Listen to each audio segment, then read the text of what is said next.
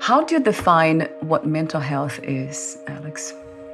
It's a challenging question, and it seems that sometimes even the answer to that can change depending on, where society is and what our role in society is. I think at the end of the day, the most important human trait that really sets us apart from animals even, and what truly is a very powerful tool that we have is our ability for impulse control. What I hear so often in my work and what I'm writing about as well is that I think many of us know the right things to do, but we're not good at doing it. Right. The example often given is that some people, I feel like, if you were driving a car, it's like driving with two wheels in the ditch and two wheels on the road. And you know very well that the driving would be much better on just a little bit more to the left on the actual roadway. The steering wheel is stuck for many people. It seems tough to make the change, to do the things that you said you were going to do, whether it's getting to bed earlier or not eating after 7 p.m. or sticking to an exercise or a meditation regimen. And to me, a lot of that really comes down to impulse control, which is really tied in very closely with willpower. And it's our ability to say, I'm not going to let that event upset me. I'm going to move past it, but actually being able to do that.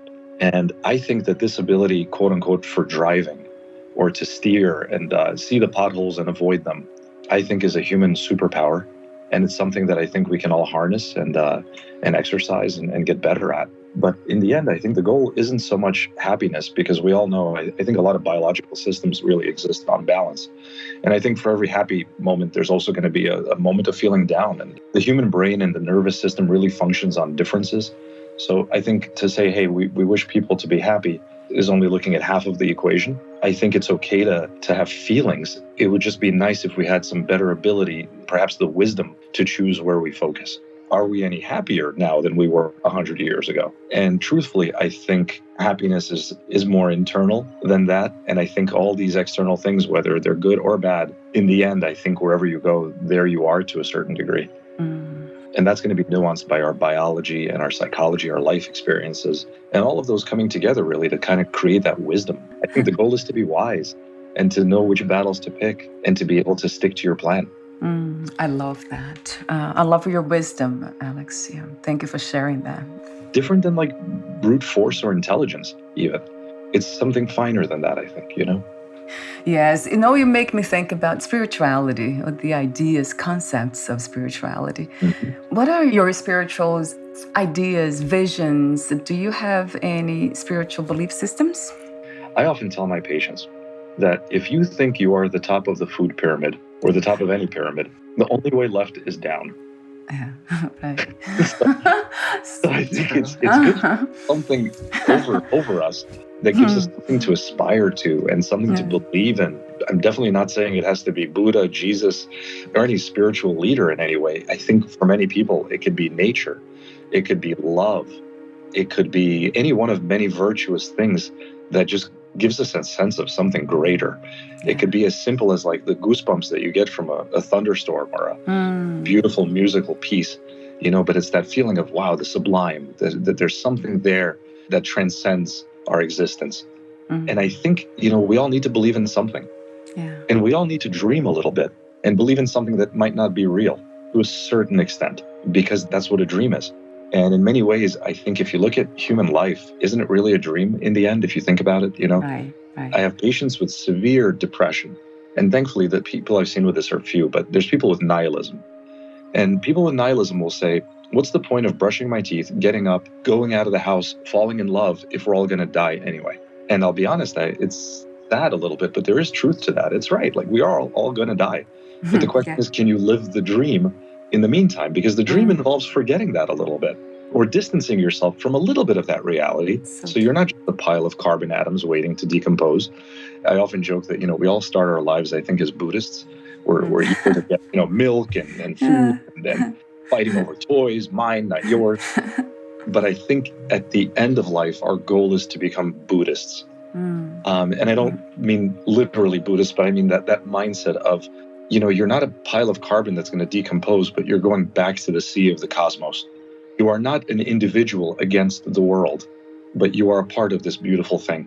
And I think those sort of like transcending ideas, especially as we go through life, I think are fundamental to us finding happiness and peace in our daily lives. Yes, a trillion times to that. I love the way you speak, Alex. Thank you for Thank you, sharing. Valeria. Yeah, and sharing your heart. It brings me tremendous joy. Yeah, I can see that. It's very profound. Very profound. And I know you're writing the book, so talk to me about that. Is the title of your book, the book that you're writing, Meditation or Medication?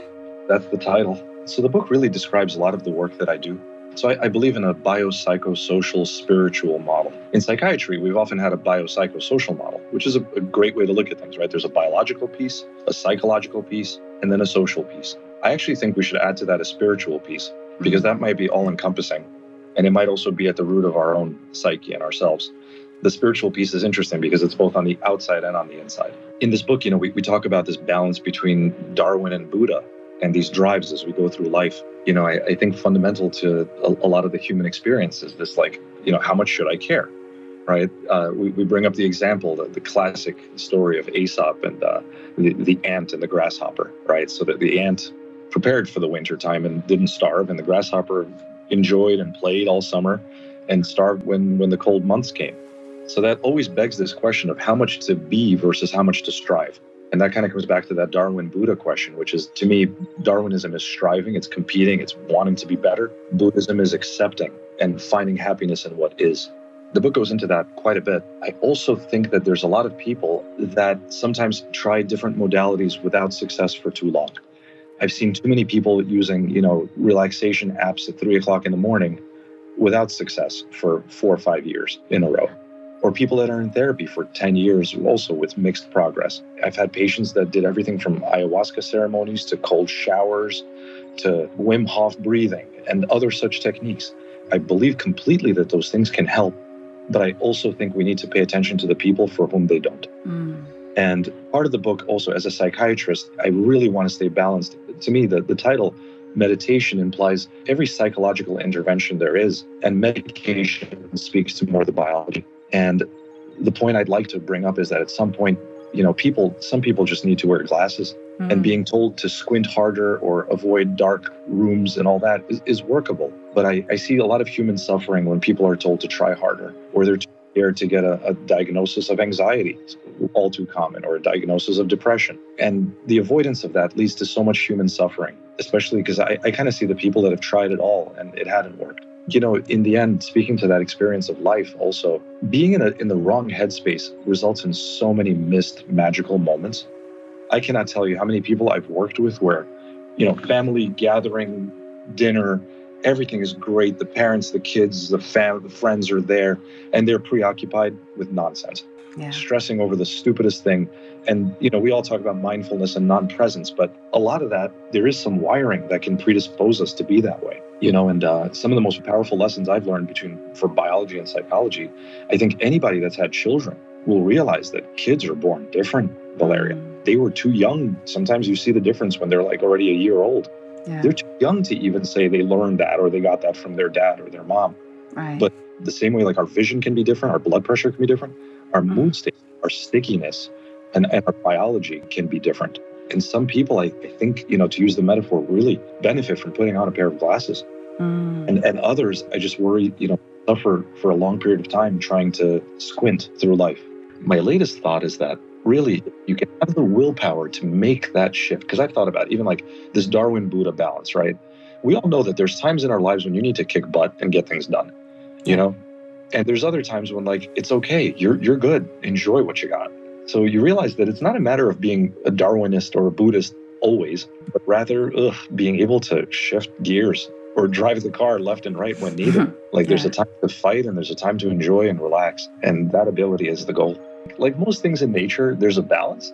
Nature tends to not like extremes, I think. And in a case like that balance of how much do I do the dance that I want to dance versus wait, nobody seems to be doing, the Macarena or whatever dance they're doing right now. And that's that balance between observing and being versus willing and striving. And there, I think, in the end, the best dancer in that scenario would be the one that's the most adaptable.